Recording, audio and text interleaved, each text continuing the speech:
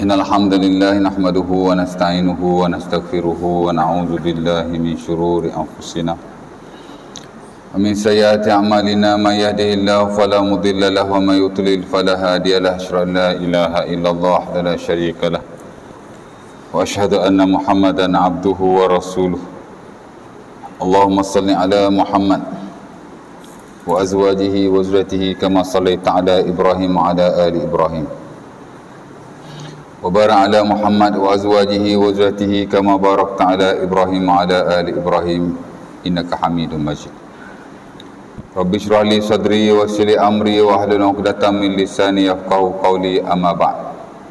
Syukur kepada Allah Subhanahu Wa Taala kerana pada malam ini dapat sama-sama kita kumpul di show kita untuk kita sambung perkongsian kita yang telah lalu daripada buku Al-Kabair dikarang oleh Al-Imam Syamsuddin Ahmad Az-Zahabi rahimahullah.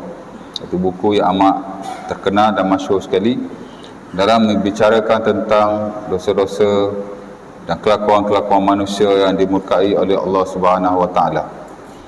Berasaskan kepada nanas Al-Quran dan juga hadis-hadis Rasulullah sallallahu alaihi wasallam selaku sumber agama, dan adalah dihuraikan sedikit sebanyak oleh beliau dalam buku itu.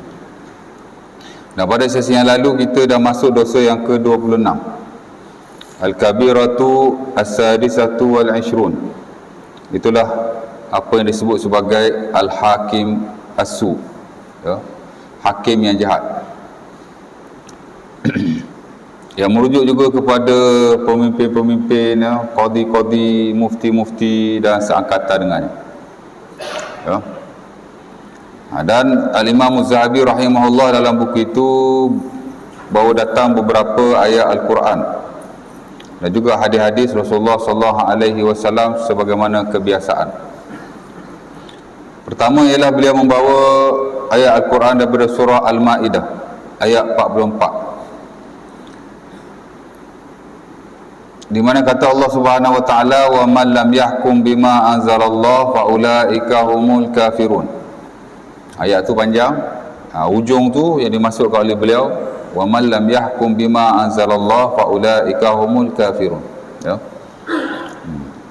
Ayat tu daripada awal kata Allah, inna anzalna at-taurah fiha hudan wa nur yahkum biha an-nabiyyun wal ruhbaniyun wal ahbar alladzina aslamu lilladzina hadu, ya.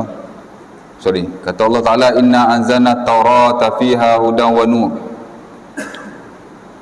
yahkum biha an-nabiyyuna alladzina aslamu lilladzina hadu warahbaniyun wal ahbar bima istahfizu min kitabillah wa kanu alaihi syuhada fala takhshawun nasa wakhshawni wala tashtaru bi ayati samanan qalila wa man lam yahkum bima anzalallah fa ulaika humul kafirun, ya.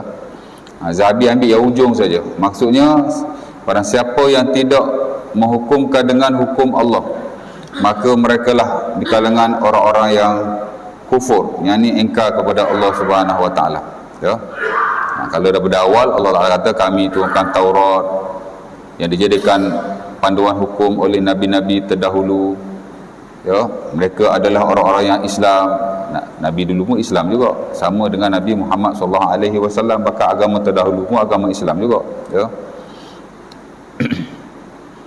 Dan begitulah dengan para ulama, ya, para pendeta, mereka kena ikut nabi-nabi mereka kepada orang-orang Yahudi dan ahli kitab sebelum daripada ini.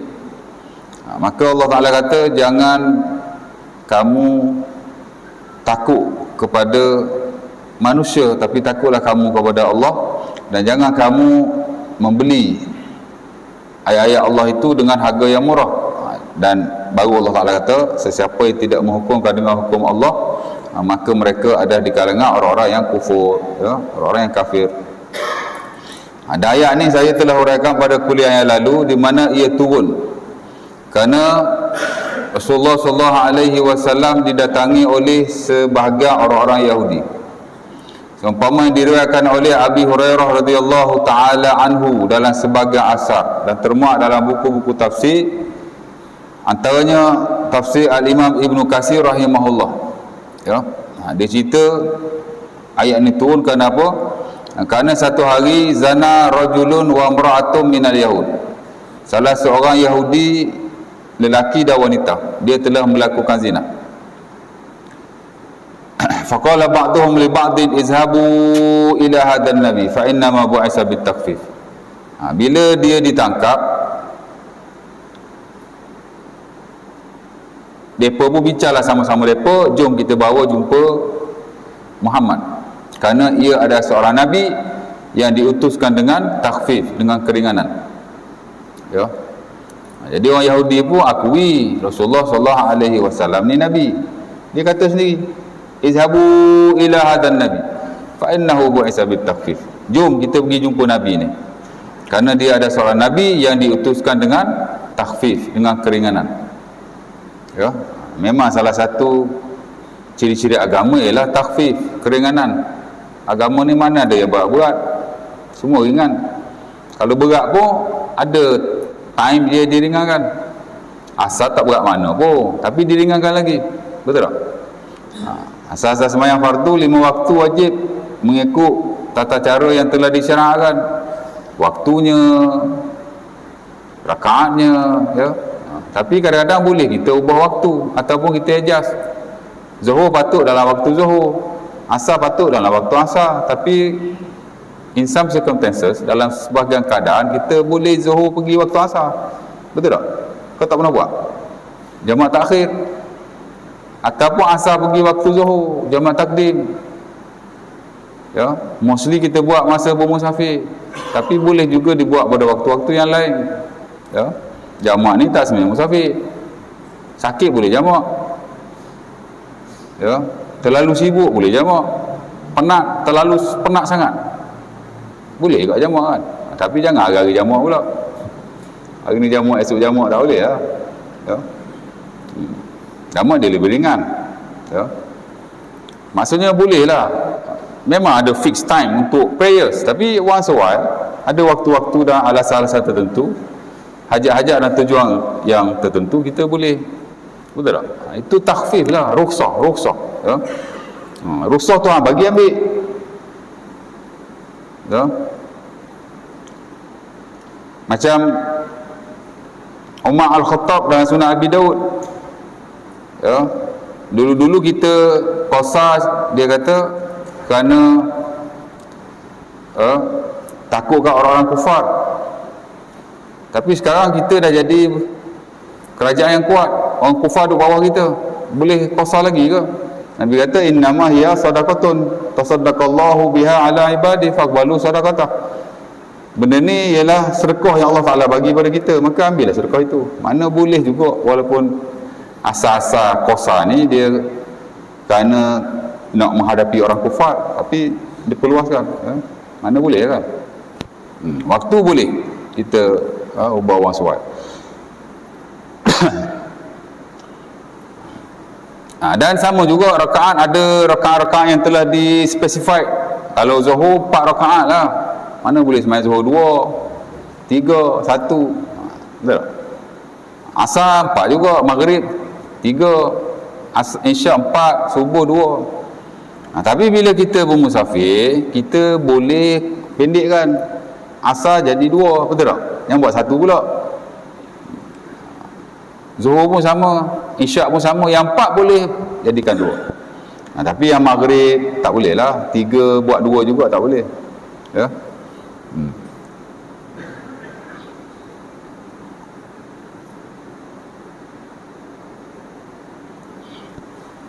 Subuh pun tak boleh. Ada semayang dia dipendekkan. Jadi asas-asas semayang tak berat, tapi dalam pada itu Allah Ta'ala masih beri keringanan, rukhsah ataupun taisir, atau juga disebut sebagai takhfif. Ya. Dan begitulah dalam hal ibadah yang lain. Puasa patut-patut kita kena puasa lah bulan Ramadan, tapi bila ada hal tertentu boleh kita buka, qada balik. Ya. Ada banyak keringanan dalam agama. Dan ini diakui oleh Yahudi dengan kata mereka, izhabu ila hadan nabi fa innahu bu'itha bit takhfif. Jom kita pergi jumpa nabi ni. Kerana nabi ni ada keringanan. Mana tahu dia boleh hukumkan dengan hukuman yang ringan kepada kita. Ya. Sebab orang Yahudi dia tahu hukuman yang ada lah Yahudi ialah rejam. Mereka tahu, cuma mereka tidak melaksanakannya. Pasal apa mereka tak laksanakan? Dulu-dulu bila yang zina tu di kalangan orang-orang bangsawan, idza zana rajulun min mulkin min mulukihim ukhira anhu rajam. Ya. Kata Abi Hurairah dalam riwayat yang lain, dulu-dulu kalau orang yang zina tu orang yang bangsawan, orang yang ada status, orang kaya ke, orang ada kedudukan, maka ditangguhkan rejam ke atas mereka. Mana tak diberi hukuman yang berat. Mungkin denda ke macam mana ke, tak tahulah kan, tapi rejam tak ada. Fa iza zana rajulun minan nas, tapi kalau orang lain, orang biasa-biasa ni, berajamuhu, mereka merejam dia. Dan pernah satu kes dia nak rejam orang biasa-biasa yang berzina, maka mereka halang. Pasal mereka kata orang kaya zina tak kena, pasal apa kami nak kena-kena. Fastalahu alaihi faturikar rajmu. Akhirnya mereka buat kesepakatan, buat suluh, yakni buat agreement, no rejam, tak ada rejam lah. Maka dalam Taurat ada rejam. Jadi mereka tahu, cuma mereka tak buat. Jadi mereka berjumpa lah Rasulullah SAW. Dia pun bertanya, ya Abul Qasim, wahai Abu Qasim. Dia tak panggil ya Rasulullah, orang Yahudi ni. Dia tak panggil ya Nabi Allah, dia panggil ya Abul Qasim. Itu panggilan biasa orang Yahudi kepada Nabi Muhammad SAW. Dia kata, ya Abul Qasim, ma taqulu fi rajulin wa imra'atin zanaya. Wahai Abu Qasim, apa pendapat kamu tentang lelaki dan wanita yang berzina? Maka Nabi SAW menjawab kepada mereka, laqad ansyarakumullah at-Taurah allati anzala alaikum. Hal lam tajidu fit Taurati ala man zana wa hiya waqad uhsan. Nabi kata, segala puji bagi Allah yang telah menurunkan Taurat ke atas Nabi Musa. Nabi pun akui Taurat ni memang kitab Allah, diturunkan ke atas Nabi Musa. Ya. Apakah kamu tidak mendapati hukum ke atas orang yang berzina jika dia telah berkahwin? Laki itu dah berkahwin lah. Ya. Dan wanita juga, kalau tak silap saya. Maka Nabi kata, takkan tak ada dalam Taurat, takkan kamu tak tahu.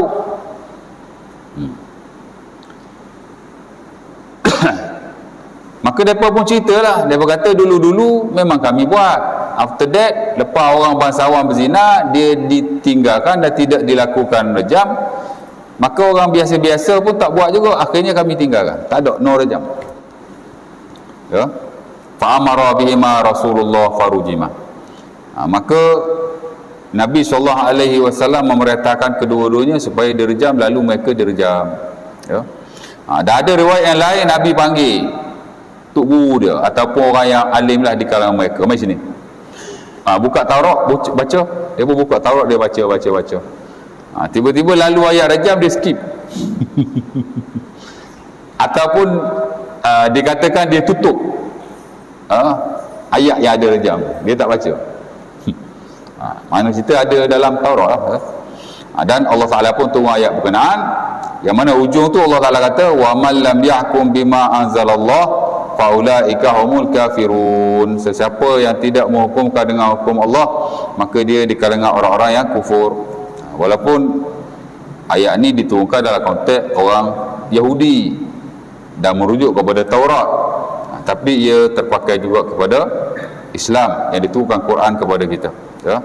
Dan Allah Ta'ala menceritakan supaya ia memberi pengajaran kepada kita, di mana ahkamullah, hukum ahkamullah ini mesti ditegakkan dalam keadaan apa sekalipun. Ya.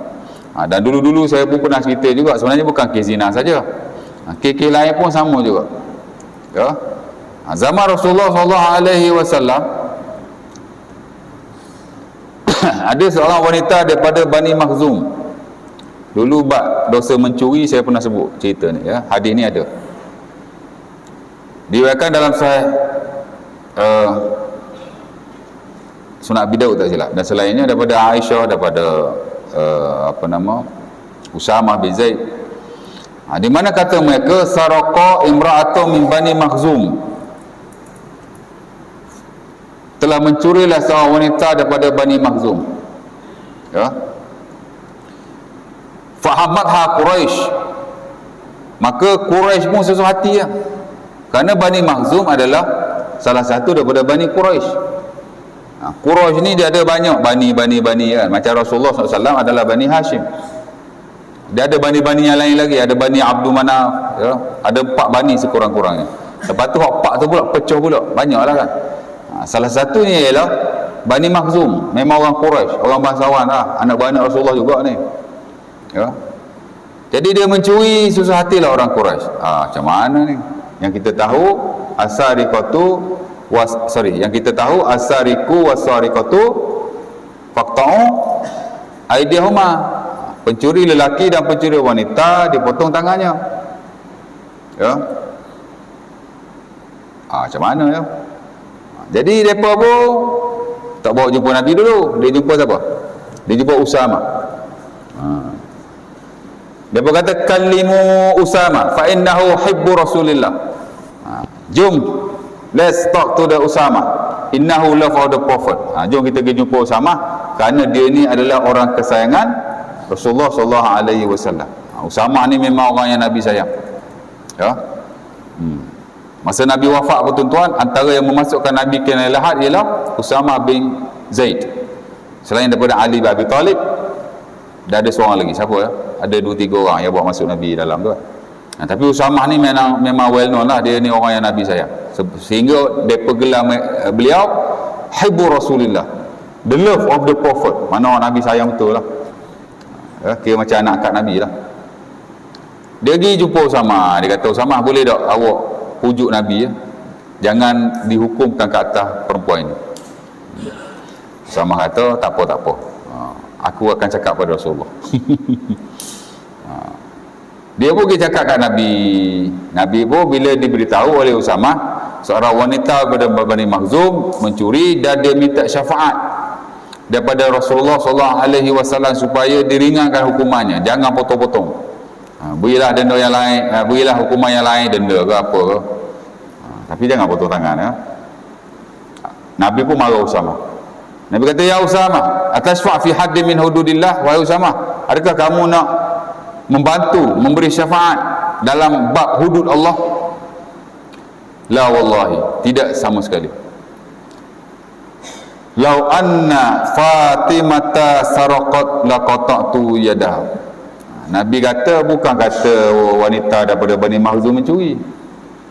Kalau Fatimah mencuri sekalipun, nescaya aku akan memotong tangannya. Kalau Nabi berkata pada ujung tu, inna mahalaka makana qablakum idza saraqa fihim ad-dha'if tarakuhu wa idza faraqa fihim syarif tarakuhu wa idza saraqa fihim ad-dha'if aqamu alaihi al-had. Nabi kata orang dulu-dulu telah binasa dengan sebab benda ni lah. Ya. Jadi Yahudi pun dah buat lagu ni lah. Bila yang mencuri itu di kalangan orang-orang yang mulia di kalangan mereka, orang bangsawan, orang kaya, orang yang ada kedudukan, ada pengaruh, ada jawatan yang tinggi, maka mereka melepaskannya. Mungkinlah mereka kena ada denda-denda yang lain, hukuman-hukuman yang lain, hak ringan-ringan lah, tapi ya, hudud-hudud tak ada lah, kan? Hukum Allah yang betul-betul mereka tak buat, kerana ini antara orang yang bangsawan, mana boleh. Tapi kalau yang mencuri itu atau yang buat jenayah itu adalah orang-orang biasa, dhaif, ordinary people, orang biasa-biasa lah, betul tak? Maka mereka akan menghukumkan kata mereka dengan hukuman yang betul-betul. Jadi Nabi SAW telah mencela akan perbuatan itu. Jadi bukan dalam konteks zina saja, sama juga dalam hukum yang lain ya. Jadi Allah Ta'ala turun, Allah Ta'ala kata no tolerance, tak ada tolak ansur. Awak orang kaya ke, orang tak kaya ke, bangsawan ke, tak bangsawan ke, wa man lam yahkum bima anzalallah fa ulaika humul kafirun ya. Surah Al-Maidah ayat 44. Ada ayat ni tuan-tuan, dia ada lagi rentetan-rentetan beberapa ayat yang lain selepas daripada itu yang Allah Ta'ala sebut mirip-mirip. Kalau ayat ni Allah Ta'ala kata wa man lam yahkum bima anzalallah fa ulaika humul kafirun, ayat after that Allah Ta'ala kata wa man lam yahkum bima anzalallah fa ulaika humuz zalimun. Tadi orang kafir kufur pada Allah. Ni Allah Ta'ala kata siapa-siapa yang tidak menghukum dengan hukuman Allah, maka dia adalah orang-orang yang zalim. Mereka zalim ke atas diri mereka sendiri, dan mereka juga zalim ke atas Allah kerana tak taat akan perintahnya. Ayat tu berhujung, awal tu Allah Ta'ala kata wa katabna alaihim fiha anna nafsa bin nafsi wal aini bil aini wal anfa bil anfi wal uzunu bil uzuni, ya, was sinni bis sinni wal juruhu qisas, ya. Pada ujung tu baru Allah Ta'ala kata wa man lam yahkum bima anzalallah fa ulaika humuz zalimun. Dekat-dekat lah, tapi cerita lebih kurang. Allah Ta'ala kata kami telah mewajibkan ke atas mereka, yang ni orang Yahudi ni, bukan kata dalam bab zina saja, dalam bab lain pun sama juga, itulah kisos. Siapa-siapa yang bunuh, dia mesti kena bunuh balik. Siapa-siapa yang mencederakan mata orang, dia mesti dicederakan matanya balik. Siapa-siapa mencederakan hidung orang lain, hidungnya pun mesti dicederakan balik. Siapa-siapa mencederakan telinga orang, telinga dia mesti dicederakan balik. Kisos. Kisah ni bukan hanya melibatkan kematian, kecederaan lain pun kisah juga, ya. Sebab tu kalau kita belajar fiqh jinayat, saya pun ada ajar fiqh jinayat di beberapa tempat, ya. Kisah ni ada dua, satu kisah kematian, awak bunuh, awak kena bunuh balik. Satu lagi kisah juruhat, kecederaan, apa yang awak cederakan, awak kena dicederakan balik. Jadi kisah ni ada dua, ya. Jangan ingat mati saja. Cedera-cedera yang lain pun ada kisos, ataupun juga disebut sebagai kisos, pasal dia ada dua jenis kisos, two types of kisos, ya. Jadi Allah Ta'ala sebut apa yang kita ada dalam syarak, dalam bab kisos, kematian dan kecederaan, ada juga dalam Taurat. Allah sebut ayat ni, ya. Kalau awak cederakan telinga orang tu, awak pun kena dicederakan balik. Hatta gigi, kata Allah, wasin li bisin, gigi pun mesti disediakan juga. Awak patah gigi saya patah gigi awak balik. Ingat gigi tak penting ke? Tak ada gigi tak cantik tau. Suka orang rongak gigi tak ada? Mana suka kan? Kita pun kalau rongak pergi pasang gigi bagi cantik, gigi tak ada kan? Jadi gigi pun Tuhan jaga. Gigi mesti dengan gigi. Wal juruhu qisas, dan apa-apa kecederaan sekalipun mesti ada qisas, mesti ada balas balik. Ada luka kulit saja, ada luka nampak isi, ada luka nampak tulai, ada luka patah tulai, ada luka bahagian perut, ada luka bahagian otak, ada luka macam-macam tuan. Dalam fiqh jinayat tak pernah dengar ada fiqh jinayat sini? Tak ada.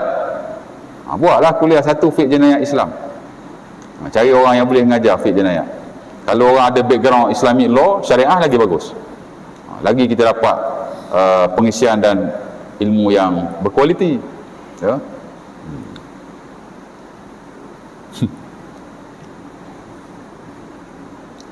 Dia kata Allah wal juruhu qisas, mesti ada qisas bila melibatkan kematian dan kecederaan, ya. Dan Allah kata faman tasaddaqa bihi fa huwa kafaratullah.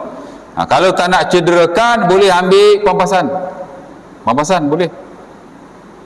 Haji tumbuk saya patah gigi, saya tak nak lah patahkan gigi haji balik, buat apa kan? Baik, saya ambil diat, ambil pampasan. Lepas tu dalam fiqh jinayat dia ada satu slot, dipanggil Kitabud Diyah, the book of diat. Setiap kesalahan, kecederaan, dia ada diat-diat dia, tuan. Haji patahkan gigi saya tak say patah gigi haji balik, saya nak diat. Tahu satu diat gigi berapa? Tahu je? Tak tahu? Last kuliah tak ada, saya ada sebut tu. Satu patah gigi berapa? One single teeth berapa? Tooth ke teeth?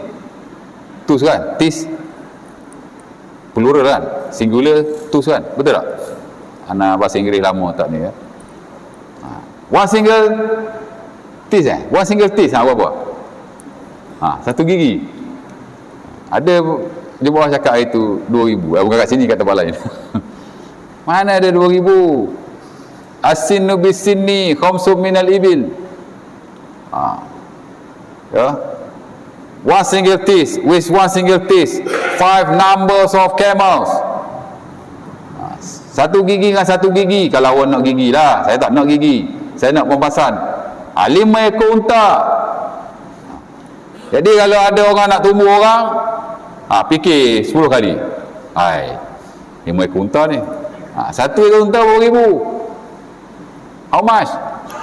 Satu ekor unta sekarang berapa ribu je?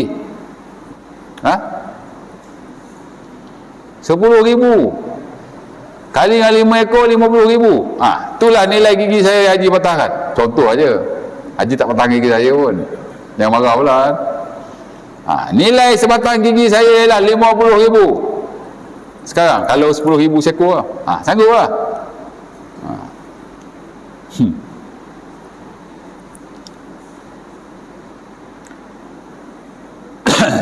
Dalam Quran Allah Ta'ala sebut gigi saja, tapi dia punya nilai pampasan tu dalam hadis Nabi, hadis Ibnu Abbas yang diriwayatkan oleh Sahih Muslim. As-sinnu bisinni khamsum minal ibil. Ya.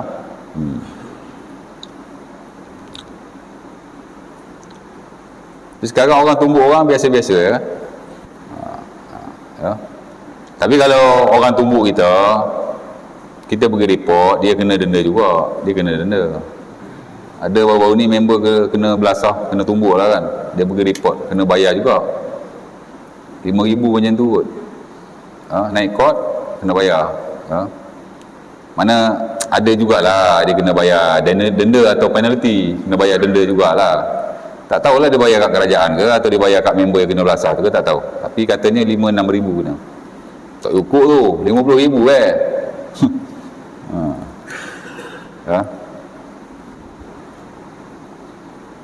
Ada ujung tu kata Allah, wa man lam yahkum bima anzalallah fa ulaika humuz zalimun. Siapa yang tidak menghukumkan dengan hukum Allah, dia adalah orang yang zalim.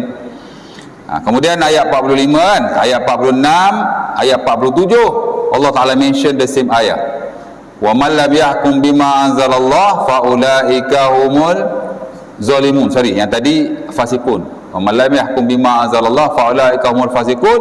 Ayat 47 Allah Taala ulang balik, wa man lam yahkum bima anzalallah fa ulaika humuz zalimun. Jadi ada 3 lah. Orang tidak menghukum dengan hukum Allah. Pertama, Allah Taala kata dia kafir. Yang kedua, Allah Taala kata dia fasik. Yang ketiga, Allah Taala kata dia zalim, ya. Walaupun dalam konteks ayat-ayat ini based on hadis-hadis Nabi dan penceritaannya kepada Yahudi, Taurat, dan dia lebih kepada jinayat. Sebenarnya hukum Allah ni dia luas, ya, dan terpakai atau applicable asalkan itu disebut sebagai ahkamullah.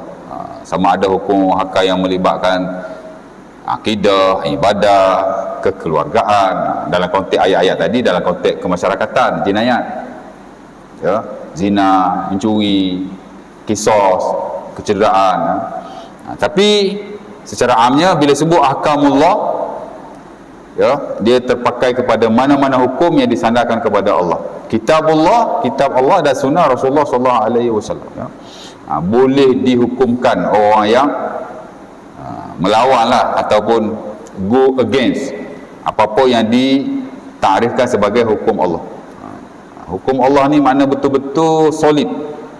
Kita kata hukum Allah sama ada daripada Quran ataupun ada hadis Nabi sallallahu alaihi wasallam, ya. Dan tak semua hukum hakam yang ada ni hukum Allah. Jangan asal cerita hukum je hukum Allah, hukum je hukum Allah. Tak. Ada hukum ni memang dia diletakkan dalam seluk ahkamullah, the Islamic jurisprudence of Allah. Memang Allah Ta'ala punya. Tapi ada sebahagian lagi disebut ahkam ijtihadiyah, hukum ahkam ijtihad. Hatta Qardawi Hafiz rahimahullah, dalam buku-buku fiqh beliau, dia kata hukum Allah ni hukum yang diputuskanlah daripada Allah, daripada Nabi, yang no disagreement, yang kita tak boleh lawan, tak boleh khilaf, tak boleh. Satu lagi dia kata ahkamul fiqh, ahkam ijtihadiyah, hukum ahkam fiqh yang bersifat ijtihadi. Yang ni kita tak boleh kata hukum Allah, ya. Contoh, ya, sembahyang 5 waktu adalah fardu, itu ahkamullah, itu hukumullah, hukum Allah. Kita tak boleh kata sembahyang 5 waktu ni bukan fardu, mana tak wajib, tak boleh, ya. Tapi ada sebahagian sembahyang yang lain, ada ulama kata wajib, mesti buat, ada ulama kata tak wajib. Itu kita tak boleh kata hukum Allah lah, betul tak? Tapi hak 5 waktu tadi memang hukum Allah lah. Kita tak boleh kata sembahyang Zuhur tak wajib, tak boleh. Sembahyang Asar tak wajib, tak boleh. Mesti kata wajib, mesti kata fardu. Tapi kalau lain-lain sembahyang yang ada sebagai ulama kata wajib, sebagai ulama kata tak wajib, kita tak boleh kata hukum Allah. Itu kita kata hukum ijtihadi. Ini hukum ijtihad.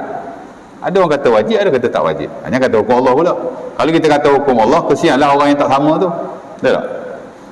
Sembahyang tahiyatul masjid umpamanya. Majoriti memang kata sunat, tak wajib ya, masuk sembahyang. Kalau tak sembahyang pun tak apa, tak ada dosa. Paling-paling pun makruh saja. Tapi ada yang kata wajib, kalau masuk tak sembahyang berdosa. Ada yang kata begitu. Jadi kita tak boleh kata sembahyang tahiyatul masjid ni dari sudut kewajipannya atau kesunahannya hukum Allah, tak boleh lah. Kalau kita kata wajib tu hukum Allah, kesianlah orang kata sunat tu. Kalau kita kata sunat ni hukum Allah, kesianlah orang kata wajib tu. Dia lawan hukum Allah jadi.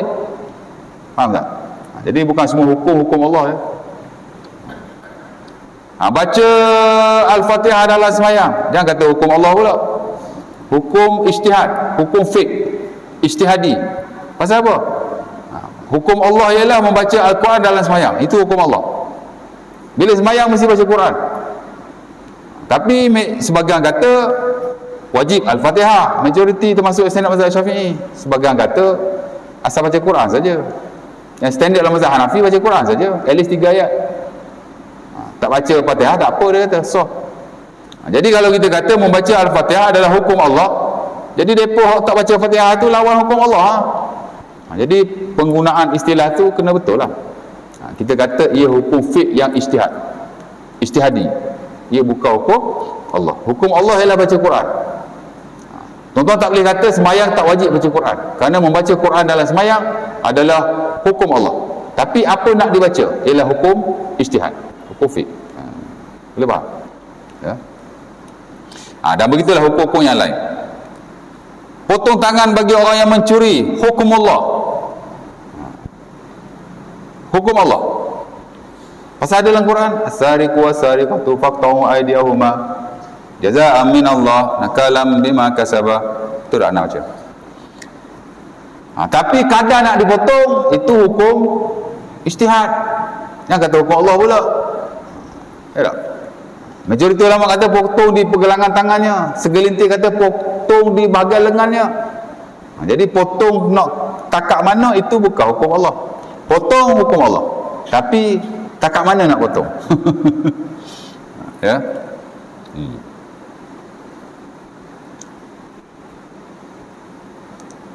Bila musafir boleh qasar, itu hukum Allah.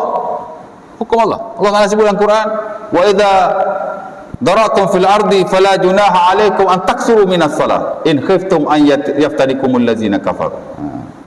Bila kamu berjalan di atas muka bumi, maka tidak menjadi kesalahan untuk kamu pendekkan sembahyang, qasar sembahyang, jika kamu takut difitnah atau diuji atau diserang oleh orang-orang kafir.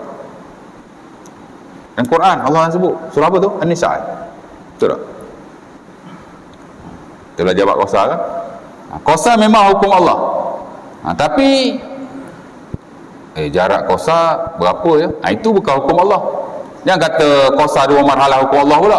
Itu hukum fiqh. Itu hukum ijtihad. Macam itu ulama kata 2 qasar and above. 2 qasar lebih baru boleh qasar. Baru boleh 2 marhalah lebih baru boleh qasar. Tapi sebagian lain kata tak jadi syarat.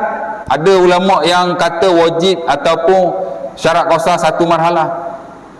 Ada yang kata 1 marhalah. Al-Imam Ibrahim Al-Maliki dalam buku fiqh beliau, dia kata 1 marhalah saja.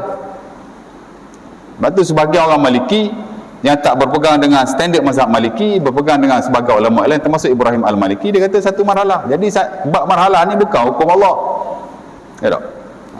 Based on knowledge masing-masing. Awak belajar lagu tu, awak buat lagu tu. Saya belajar lagu lain, saya buat lagu lain. Ya tak? Ibadah ni kita dengan Tuhan aja. Orang lain tak boleh nak selidik, tak boleh nak semak. Ya? Pasal benda ni very open. Ada ulama bagi pendapat macam tu, ada ulama. Ada ulama kata apa lagi? 3 farsakh. 3 farsakh je. 3 farsakh ni, 1 farsakh, 1 farsakh bersamaan dengan 12 km. Kalau 3 farsakh 12, 36. Lagi kurang daripada satu marhalah. Pasal ada hadisnya Nasai Bukhari daripada Anas bin Malik, katanya Nabi bila keluar salat 3 farsakh, Nabi qasar sembahyang. Ada ulama kata lebih kurang daripada itu. Ada ulama kata 3 batu. Allah, 3 batu. 3 batu. Al-Imam Ibn Hazm Al-Andalusi, ulama besar mazhab Az-Zahiri, dia kata 3 batu tuan, salah sa'amyal. Pasal ada hadisnya Nasai Bukhari, karena Nabi idza karena Nabi idza kharaja salasa amyal qasara salah. Nabi bila keluar 3 batu qasar sembahyang. 3 batu dia tak. Sekali dia lah, dia ulama. Az-Zahiri bukan ahli sunnah kot. Zahiri ahli sunnah lah. Sebagian hari ni pendapat ambil daripada Zahiri ya. Zahiri tuan ha? Pernah dengar Zahiri? Tak pernah dengar? Allah. Ajar fiqh takkanlah ustaz tak pernah sebut Zahiri. Ya, ada belajar fiqh Syafi'i saja, sentuhlah juga fiqh mazhab-mazhab yang lain dalam kerangka ahli sunnah. Dunia hari ni dunia terbuka. Kita hari ni pun banyak ambil pendapat dari mazhab lain. Ya. Baru kita ada orang kata apa? Baru kita open minded. Tak adalah jumud apa. Zahiri ulama kita lah. Tuan-tuan, banyak kita hari ni rata-rata orang memfatwakan, baik di peringkat negeri, baik negara, hatta global, muzik adalah harus selagi mana dia tidak melibatkan hal yang haram. Kalau nak diikutkan, mana ada ulama kata muzik harus dulu-dulu tuan. Pak mazhab kata haram. Semata-mata muzik haram. Dan antara mazhab yang tegak dalam bab muzik ialah mazhab Asy-Syafi'i. Tuan, jual beli alat muzik tidak sah. Dan kalau tuan-tuan bakar alat-alat muzik yang ada di kedai, tidak dikenakan jaminan la dhaman limutlif alatil musiqa. Tak ada jaminan bagi orang yang menghancurkan atau membinasakan alat-alat muzik. Ya. Kita belajar fiqh jual beli kan. Mazhab Syafi'i bagi ketat bab ni. Habis tu kalau tuan-tuan tengok fatwa sekarang pasal muzik harus pula. Fatwa Jakim harus, fatwa wilayah harus. Selangor saya tak tahu. Saya pun tak cek dengan mufti lagi. Saya kalau ada kemuskilan agama, saya personal WhatsApp dengan mufti tuan. Mufti Selangor sekarang, Dato' Ana Opeh. Ya. Itu member saya tu. Merakat supervisor dan penasihat saya masa saya buat master di opsi dulu. Jadi kalau saya tanya dia, kalau dia kata ada fatwa, dia kata ada. Kalau tak ada, dia kata tak ada, belum ada lagi ustaz. Banyak saya tanya dia, yalah bila kita cek-cek kan, nak tahu yang Selangor macam mana kan. Saya tanya dia, dia kata tak ada, dia mufti kan. Ya.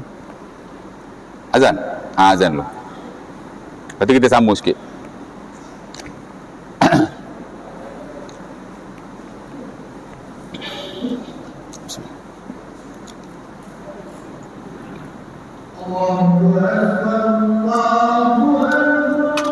Allahu Akbar, Allahu Akbar.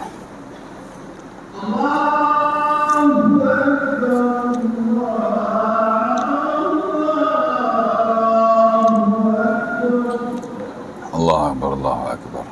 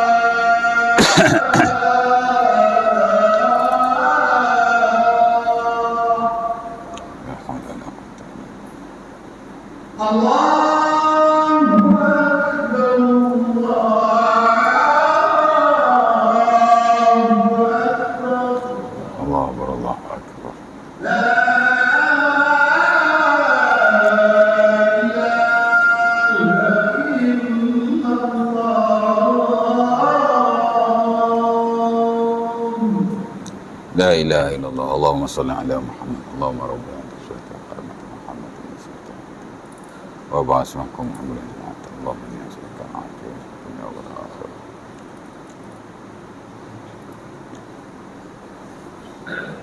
Ada tanya apa tak? Ada soalan tak? Kat mana tadi ya?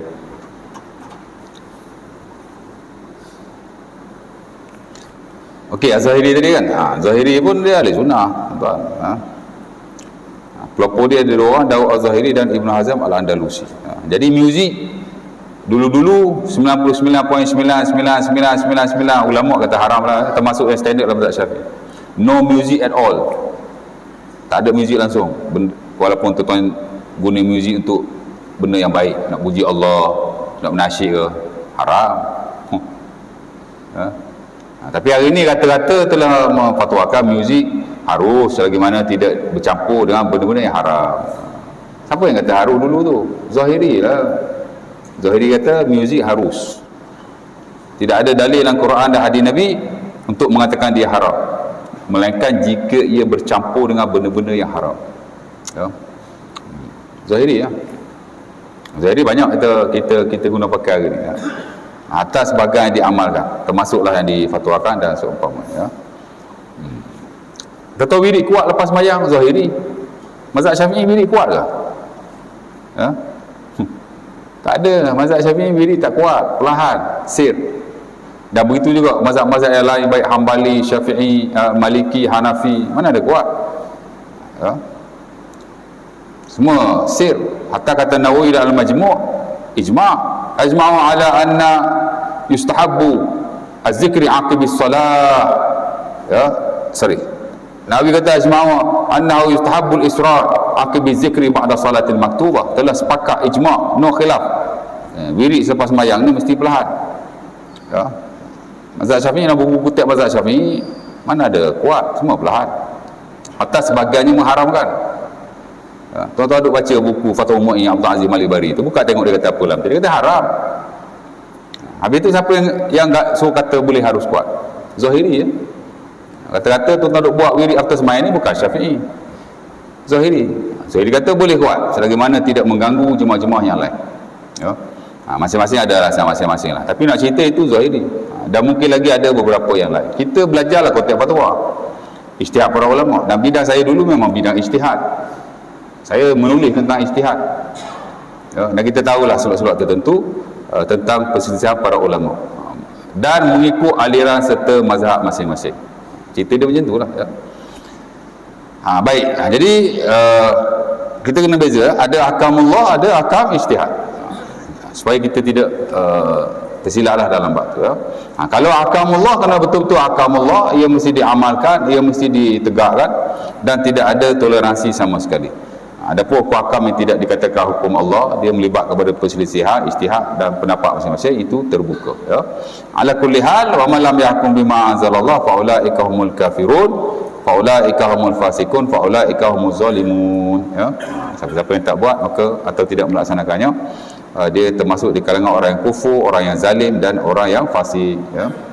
Kemudian Zahabi buat mari lagi beberapa ayat Quran, surah Al-Maidah ayat 50, Al-Baqarah 159. Dia buat mari 6 atau 7 hadis Nabi sallallahu alaihi wasallam dalam bab tu yang merujuk kepada kepentingan untuk kita mengamalkan, menegakkan ahkamullah dalam kehidupan kita, khusus atau specifically bersabit dengan hakim lah ya. Bila jadi hakim, jadi ketua, jadi pemerintah, jadi qadi, mufti dan seumpamanya, dia kena pastikan ahkamullah berjalan sesuai apa yang dituntut oleh Allah Subhanahu Wa Taala dan Rasulullah Sallallahu Alaihi Wasallam dalam hukum syarak yang ada ya. Jadi hadis-hadis yang dibawa oleh Az-Zahabi itu kecamanlah siapa-siapa yang orang kata apa tidak melakukannya. Mungkin saya akan urailah hadis-hadis itu, ada 6-7 hadis itu, mungkin saya akan ambil sebahagian daripadanya pada sesi kuliah yang akan datang ya. Jadi insya-Allah taala setakat itu dulu. Aku lukul azza sazimali walakum. Assalamualaikum warahmatullahi wabarakatuh. Kita tutup dan tanggung majlis kita dengan tasbih kafarah.